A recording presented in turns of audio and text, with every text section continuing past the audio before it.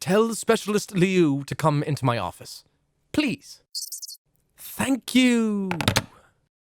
I know for a fact that the old six did not put up with this crap, I swear. Oh! Do you knock? Yeah. What? No, that is why I asked you. What is it? Say back. I'm giving you a new scope. It's the new 1.5. You know, the one that you... In the pamphlet. It was in the pamphlet. Did you read the pamphlet? What pamphlet? You didn't read the pamphlet. Nobody reads the pamphlet. What's a stupid question? Why keep... I don't need it.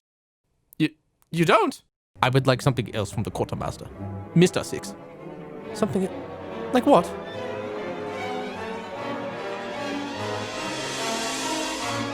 Coffee and socks. I'm sure we can do more than just coffee and socks. So are those New Balances or Nikes?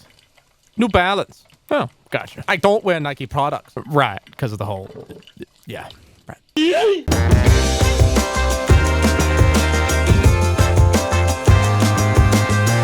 So dudes, welcome to another Operator How-To. Today we're going to be taking a look at Lesion, Team Rainbow's resident soccer dad. Lesion is a practical man, armed with cargo shorts and New Balance trainers. You too can be a practical man like Lesion, with the Ridge wallet. Greg, you've done an ad in the past 5 videos in a row. Yep, I've been unironically using a Ridge wallet for some time now. The concept behind the Ridge wallet is pretty simple. It's just two pieces of hard material strapped together by a tightly wound piece of cloth, and there's something on the back to keep your cash. Your cards go in the middle. It's a more simplified and streamlined version of a usual bulky leather wallet that takes up a lot of space in your front pocket. Realistically, I can't see myself going back. The build quality is great, and not to mention, they look pretty sharp, and I think they make quite a fashion statement. They come in nice finishes like carbon fiber, a number of different metals like gold, titanium, etc., or even some more festive, artsy-looking prints. Check out the link in the description at ridge.com/Gregor and use the code Gregor to get 10% off, free shipping, and returns. Thank you, Ridge Wallet, for sponsoring this video. Lesion is a 2-speed defending operator equipped with prickly boys.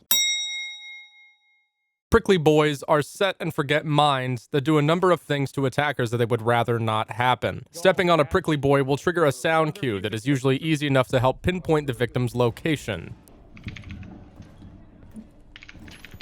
Down was Balk right now. Down was Balk right now.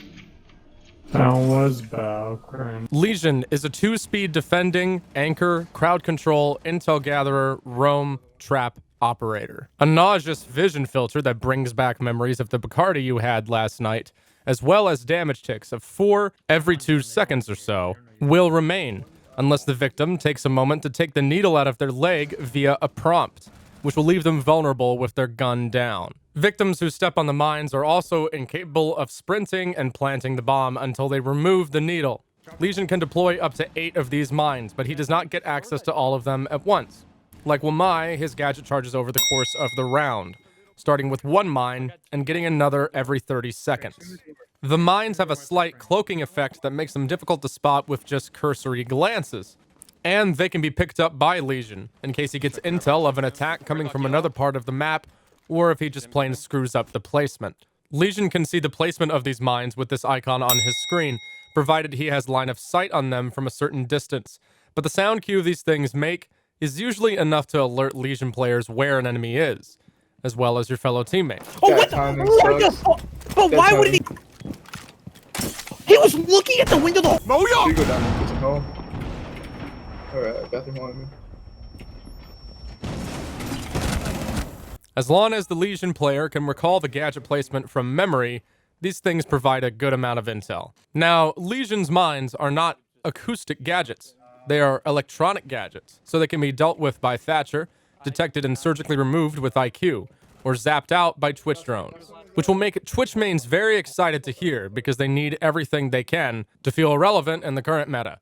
Drones in general are also very good at picking up goo mines, since they're not completely invisible, and your chances of seeing them are much higher when you're close to the ground, which can let you ping them, and then your teammates can deal with them shortly thereafter. Lesion's gadget is very versatile, and it gives Lesion roles as a crowd controller and intel gatherer, but his 2-speed rating also allows him to play either as a dedicated anchor a roamer, or a little bit of something in between.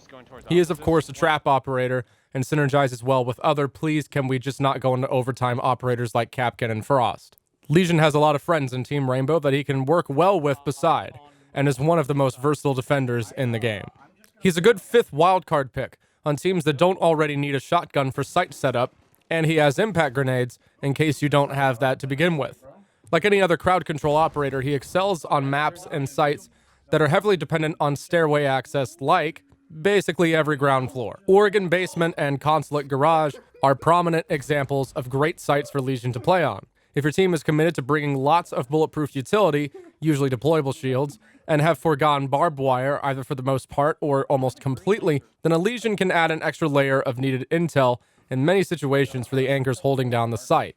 Usually you want to put barbed wire on a spot like this, but with a Lesion, that barbed wire can go somewhere else now. Not to mention, Lesion gets up to 8 of these mines. Lesion is a map control king. He is very good at making it as difficult as possible for an attacker to take the gunfight that they want. Not like they have it easy to begin with. While I know many may argue with Ubisoft's label of Lesion as a roamer, I don't disagree with it, at least as far as I can tell from ranked play. A top floor Lesion roam, when done well, can waste lots of time and leave the attackers hurting considerably.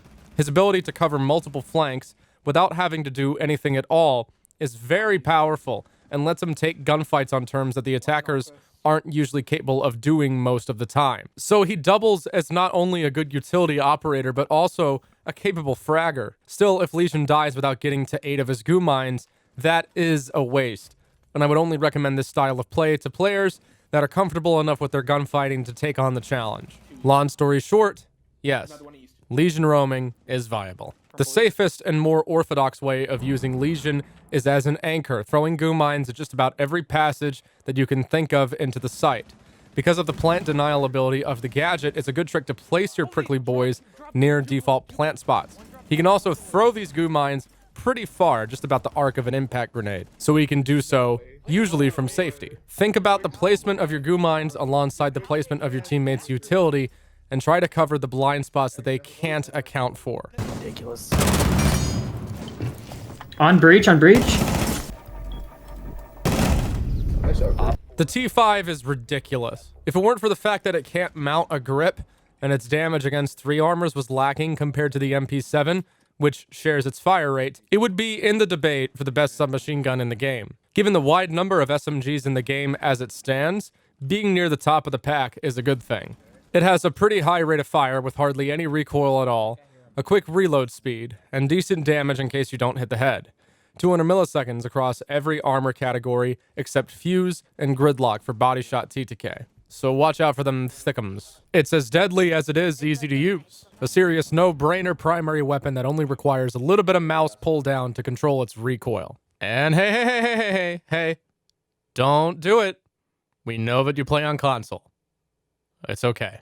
You don't have to announce it to everybody. Most people will obviously choose to run the 1.5 Diet ACOG on this thing now that it is available. I've experimented with both. The 1.5 is very nice for holding angles and suits a more passive Lesion, but it can be used aggressively as well. If you're just used to the hollow and the reflex or red dot and don't want to change your habits too much, you can still get away with it. Don't worry, I won't tell anyone. It'll be our little secret. Lesion also has access to the Salmon Slapper shotgun, which will be for the most part ignored in this video because it sucks. For secondary gadgets, he has access to either impact grenades or a bulletproof camera. The impact grenades are nice to have if you're roaming and nice to have if you don't have a shotgun to help set up the site a little bit. If I'm anchoring with Lesion though, and we already have a castle mute or smoke, I'll usually swap out the impacts for a bulletproof camera. More utility for the attackers to get rid of. Lesion's Q929 finishes off his assortment of Chinese weaponry that he is for some reason using, even though he and Ying are members of the Hong Kong police force. I'm assuming the only reason that... It has nice iron sights and pretty good damage output, not a whole lot to complain about there. It's very difficult to take away from your team's potential if you bring Lesion, as opposed to many other operators. You can certainly do far worse. His ability to provide intel and deter enemy movement while also capitalizing on his intel with a deadly primary weapon make him a potent fragger and utility operator all in one. So I think if you really have no idea what kind of Siege player you want to be, I think it's pretty difficult to pass up on Lesion and just try out a little bit of everything. Be wary. After a couple rounds, the enemy may start to pick up onto your strategies and bring an IQ to start clearing staircases. Lesion, like every trap operator, is powerful whenever the attackers aren't paying attention. Naturally, this gets more difficult the higher elo you go. Pay attention to the movement of the attackers as it pertains to your goo mines, and capitalize on kills when you're able to, but don't play too recklessly. Your goo mines can do a lot of the busy work for you, and waste a significant amount of the defender's time. He has the easiest difficulty rating of 1, according to Ubisoft, and I don't disagree with that. I also don't care. No steppy. No step on Snake. That's all I really need to know about Lesion. Don't try to get this. 1 op 4 remaining. Greg, jump out the window. The window. No, shut up. I hate this glitch. If this video raised your Siege IQ, be sure to like the video and share it with your friends. It really helps me out. I throw ranked elo on twitch.tv/Gregor16mm. I also play some TMs and Go 4s on the weekends occasionally. I announce those streams on Twitter, so check out those links in the description. Coming up next is another operator that was recently reworked. I'll be catching up with the Thatcher 2020 how-to relatively soon, assuming that Technica doesn't come out in the meantime. We'll also be updating how to play every operator in the game towards the end of the year. Deuces.